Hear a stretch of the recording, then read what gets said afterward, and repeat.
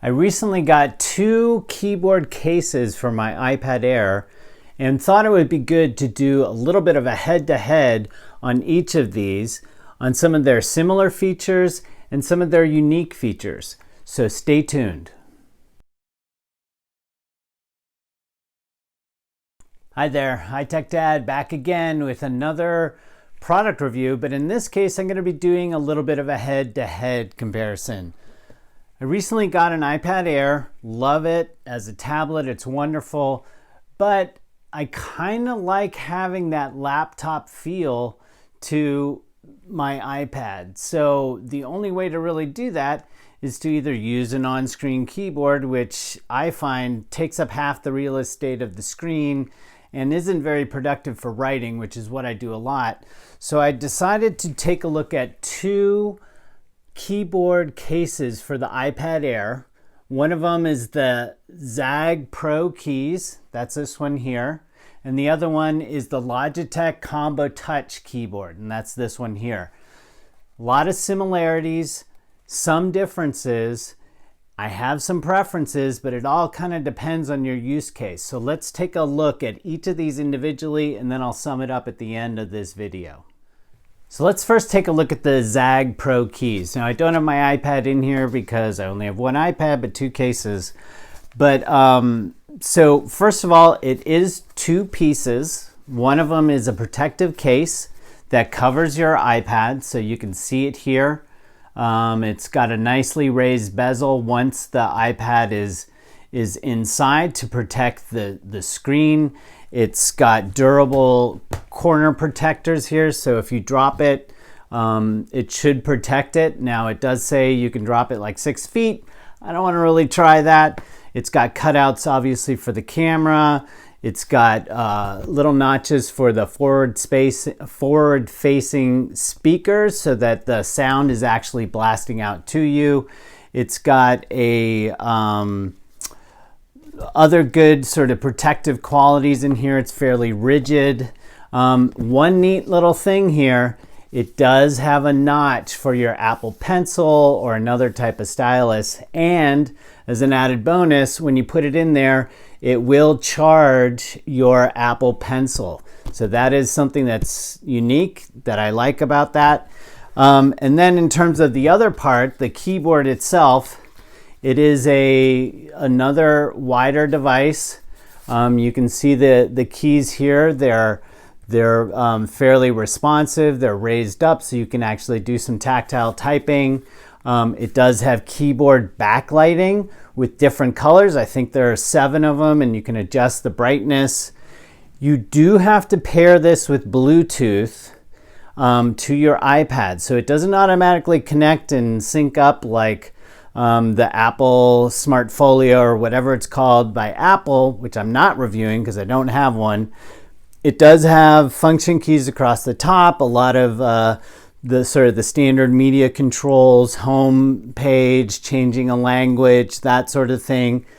I always like seeing 2 shift keys on the keyboards on either side. That's a nice to have. Slightly smaller than a traditional laptop keyboard, but still, even with large hands, you can type through it pretty quickly. So the way it attaches is it's magnetic. So you snap it in and it fits right in there, you can see. And then the way that it sets up is you have 2 different settings, and these are magnetic. So you can have one that's sort of facing up more, and then you can have one that's a little bit more upright. And those snap in fairly well. And you can see, hopefully, it's got a very small footprint. So like if it's sitting on your lap or on a table, or like on an airplane on that tiny little flip out table, this will fit fairly nicely. But one thing that is missing from here is a trackpad, which is something that the Logitech does have, and I'll go into that in a second. But overall, it seems fairly rigid. And another nice feature, that little notch for your Apple Pencil, there is a magnetic flap that goes over the top and holds that pencil in place so it doesn't fall out. This is really a nice thing to have. So overall, fairly lightweight, very robust. You can obviously detach the case and just use it as a tablet, and you got that protection that way. And there's some other features of it, and you can take a look at it on my written review on my website at HighTechDad.com. But now let's take a look at the Logitech Combo Touch keyboard case. All right, so let's take a look at the Logitech Combo Touch keyboard case. Like the Zagg, it comes in two pieces.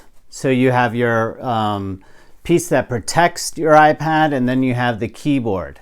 So let's take a look at the protection again. So this one, similar. The bezel isn't quite as high as on the Zagg, but it still does connect in. You'll notice there are some smart connectors in here, and this is kind of important, and I'll go into it in a second.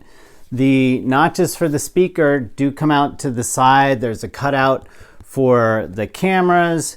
You do have a notch where your Apple Pencil or stylus can go, so that it would connect magnetically and charge the Apple stylus. But you notice there is nothing holding it into place.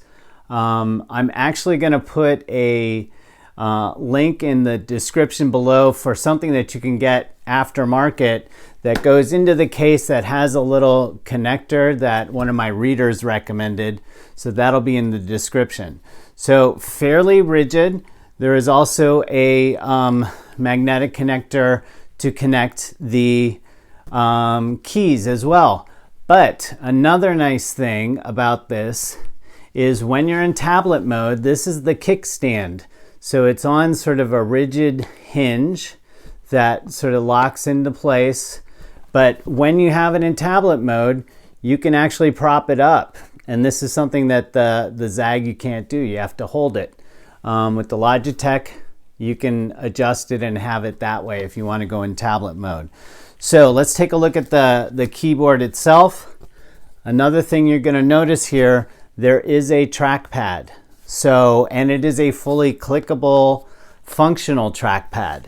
It also has all the controls at the top for media, for the home, for language changing, for brightness, that sort of thing. It is all these keys are also backlit, and it is a little less travel than on the keys than with the Zagg itself. But you can see it's a fairly small sort of thing that you can throw in your bag, and it won't take up too much space. So it attaches to the protective case for the iPad via magnet. So it just clicks right in like this, and you can see then you have the keyboard out there, and then you use the kickstand to sort of put it at whatever angle you want. So different than the Zagg, which only has two positions, sort of laid back and a little bit more upright. This one you can adjust it where you want. But that comes at a little bit of a price, because you can see it'll take up more of a footprint on your desk or on that airplane table that I was talking about. In my review actually of the Logitech, I actually wrote most of it on an airplane, and I had to put a magazine behind it to allow for it to fully extend. So that's a little bit of a trade-off that you have. But another key thing about the Logitech is that you don't have to charge it. Meaning, with the Zagg, there's a USB-C connector that you can plug in to the side, and I have it right here. You can see there is a little port to charge the keyboard, and it's USB-C. You can charge it from a wall charger, your computer, or even from your iPad itself. You can plug the Zagg directly in and charge it. And a charge on the Zagg will probably last like up to a year, they say. But with the Logitech, you don't even need to think about charging, because of the smart connectors that are built into the case and the way they connect, it will charge directly from your iPad. And you don't need to connect Bluetooth to it. It'll automatically connect using the smart connectors that are in here. So that's a really nice thing. You just slap it in and away you go, and it's ready to go. So quite a good case, both of them. I'll just go into sort of a recap in a second to summarize some of the advantages and disadvantages on each. There is a written review for the Logitech as well on my site at HighTechDad.com, so you can read more details there. Okay, time for a quick head-to-head round here between the Zagg and the Logitech. So first of all, I want to mention price point because I think it's important, and obviously the prices on these vary depending on if there's sales or promotions, etc., etc. But it does seem like the Logitech is a little bit less than twice as expensive as the Zagg. So you may need to shop around, and if the Logitech is the one that you want, the Zagg is completely awesome as well. So really depends on your budget and that sort of thing. So my quick thing. So on the Zagg, I love the fact that there is a flap that holds the pencil in place. That's really nice about the Zagg. I love the fact that it has a very small footprint for being on airlines or on your lap. You don't have to worry too much about it. It does seem to be very good at protecting your iPad with a slightly more raised bezel for the screen. It is a great protective keyboard case. Typing is great. Pretty solid case. For the Logitech, I like the fact that it has the sort of the adjustable tripod stand that you can pull out, so you can adjust it at any level that you want, including when you don't have the keyboard attached to it.